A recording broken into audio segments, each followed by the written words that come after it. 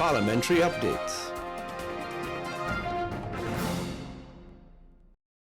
Through the Eyes of Men, a tapestry of Trinbago's art was the name of the exhibition put on by the Rotunda Gallery at the Red House from May 8th to 19th. The theme aligned with Sustainable Development Goal number 11 and Target 4, strengthen efforts to protect and safeguard the world's cultural and natural heritage. President of the Senate, Senator the Honorable Nigel De Freitas, delivered brief remarks to those present. In any society, artists take responsibility for documenting history, heritage, and culture.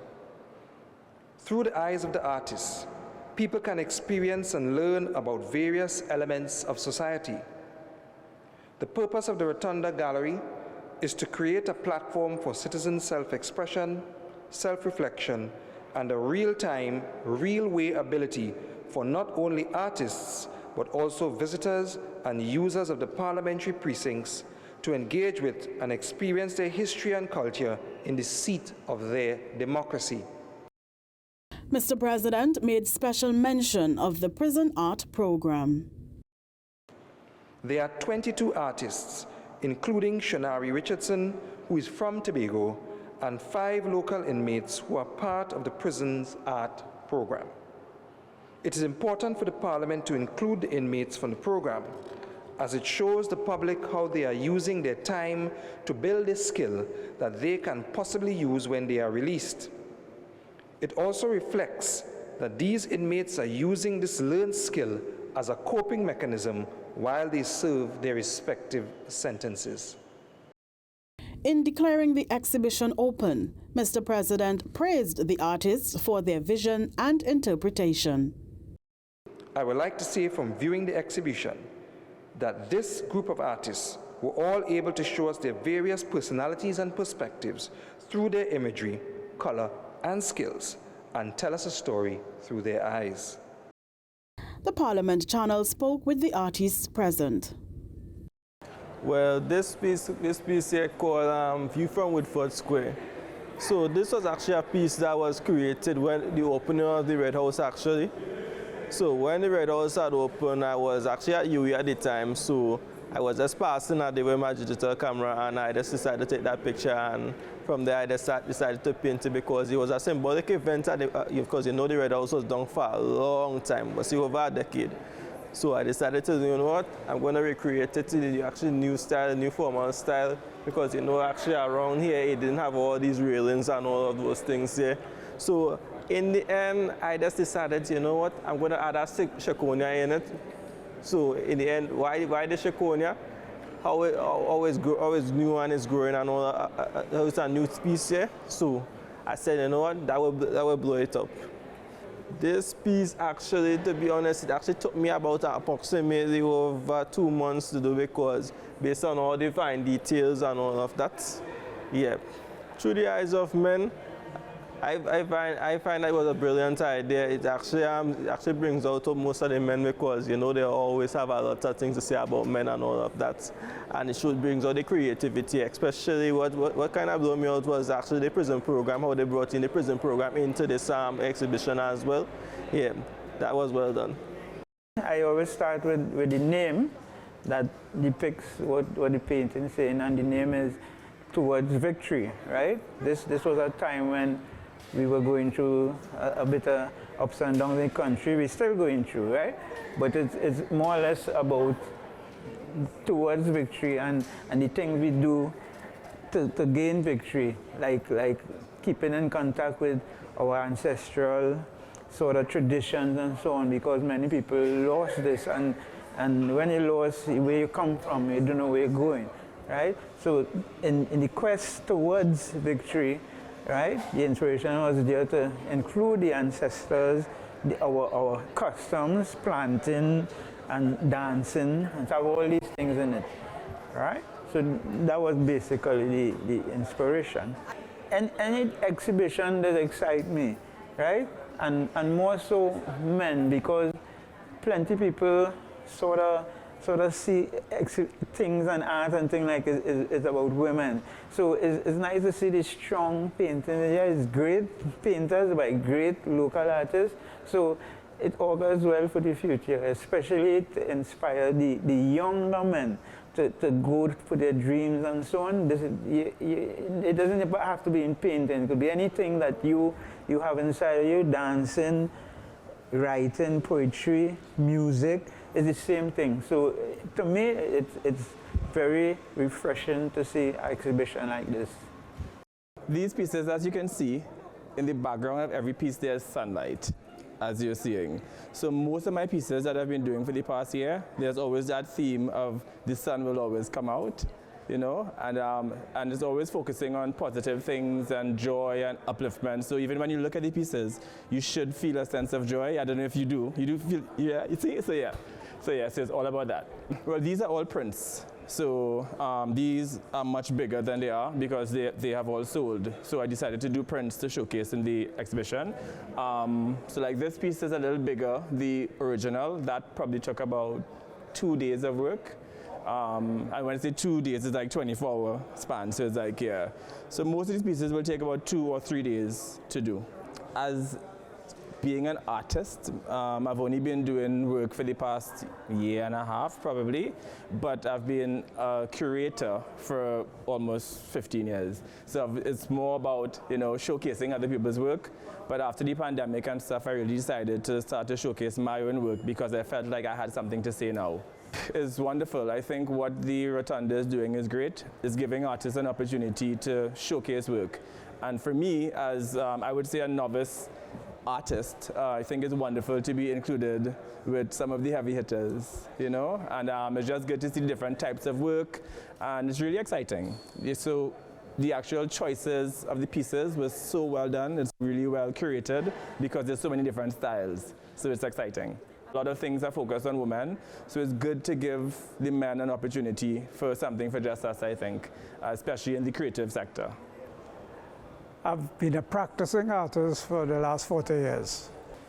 Art called me, and I did not understand that art was calling me. And with the passage of time, it became a passion. And it took some time, maybe a good 15 years or more, for me to start venturing into saying, maybe I am an artist. And my personality probably dictated that, and my peculiarities in terms of my behavior and manner and my approach to life and so forth made me recognize that I probably am an artist or a revolutionary, or how I would look and perceive things from another perspective. This artwork is called Arrival, and it's quite seminal, and I consider it epic in terms of the arrival of the East Indian indentured laborers to this part of the world from India. And this would have been the Indians coming to Nelson Island to be quarantined. And in the quarantine, they would come off the Fatal Razak. I just wanted to provide an idea of how it could be. So this is my visual expression and my imagination at work. So I'd have them coming off the boat haggard and tired in what we'd call Indian file. And they'd meet the colonial clerks, workers in their white garb, with their book registering their names. And this is where their names got bastardized. So their names from India would have changed because of issues concerning pronunciation or interpretation of the Hindu language, or Bhojpuri, as the case may be. And they're cowering because they're really afraid of the white man. You know, it's massa. So I wanted to portray them in this kind of position. And then they leave again in Indian file, and they're having dialogue and they're discussing, oh, it looked like we get through somewhere here, you know. And they feel so good about themselves, they're laughing, going away. So I've given you an image, an idea of how that arrival process could have been for the Indians coming to these waters, as they say, crossing the Kalapani. I think it's quite wonderful that there's the Parliament offering the space here to do what has normally never been done. And this is new. And this is new frontiers happening. So I welcome the fact that we can have a space in my country, with my parliament, where we can showcase art at this level. And it's so nice, the theme with the eyes, through the eyes of male artists. And I think that's wonderful. And I'm happy to be part of this kind of process. And the sensitization, the education, the awareness of art that reflects the culture of Trinidad and Tobago is on show here.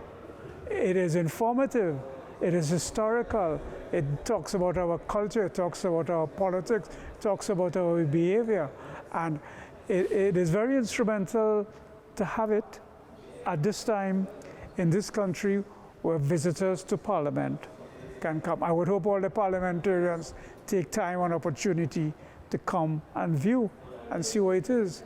So I congratulate the Parliament. Well, of course, the theme is back in time. I love to do pieces, nostalgic pieces that people my age and around my age would remember.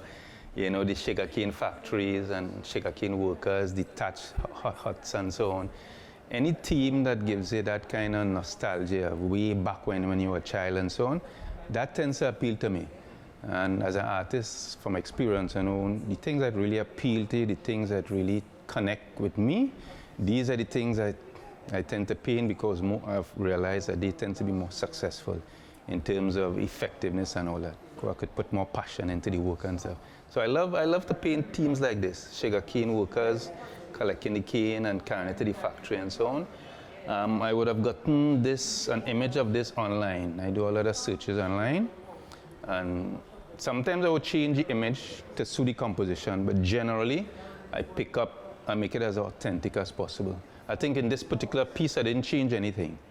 I didn't change anything at all. Everything that you see there, that was the actual image of a sugarcane factory in Trinidad way back when. The concept sometimes might take me a couple days just trying to think how to work the composition, how to plan it out, what kind of color scheme I want, what kind of overall concept I want to achieve so that it could be effective, right? So sometimes I'll do some sketches and look at it and think about what kind of impact I want to have before I actually begin to work.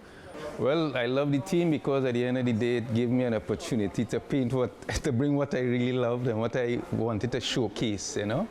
The inspiration for this piece is really just the nature of Trinidadians, Trinbagonians, if you would.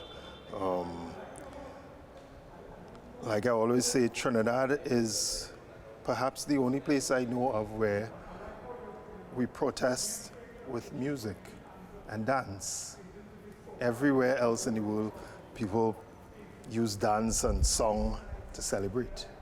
We protest with it. So the title of the piece is called A Place of Magic, Wonderment, and Peculiar Invertedness.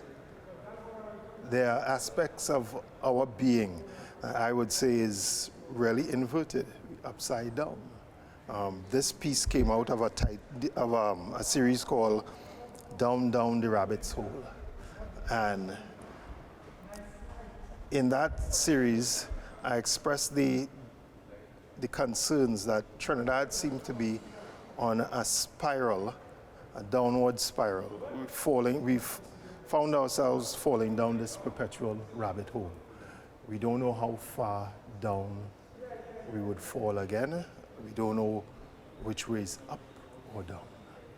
Through the Eyes of Men, it's a wonderful theme, it's a wonderful idea, given that most times men really don't get to express themselves.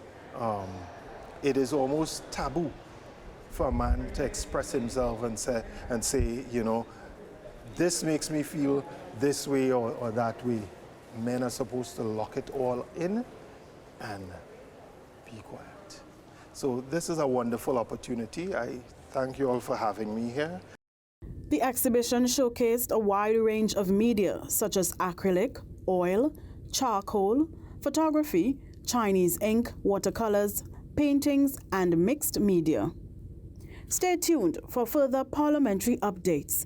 For more information, visit our website at www.ttparliament.org and follow us on Facebook, YouTube, Twitter, and Instagram. Parliamentary updates.